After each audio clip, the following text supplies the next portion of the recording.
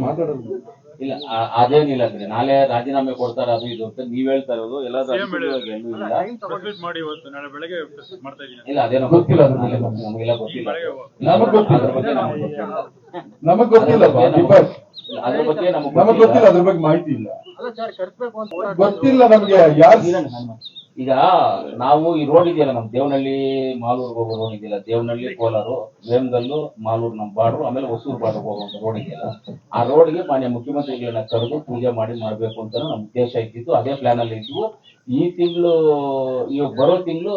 ಮಾಲೂರ್ಗೇನೋ ಬರ್ತಾ ಇದ್ದಾರೆ ಅಂತ ಡೇಟ್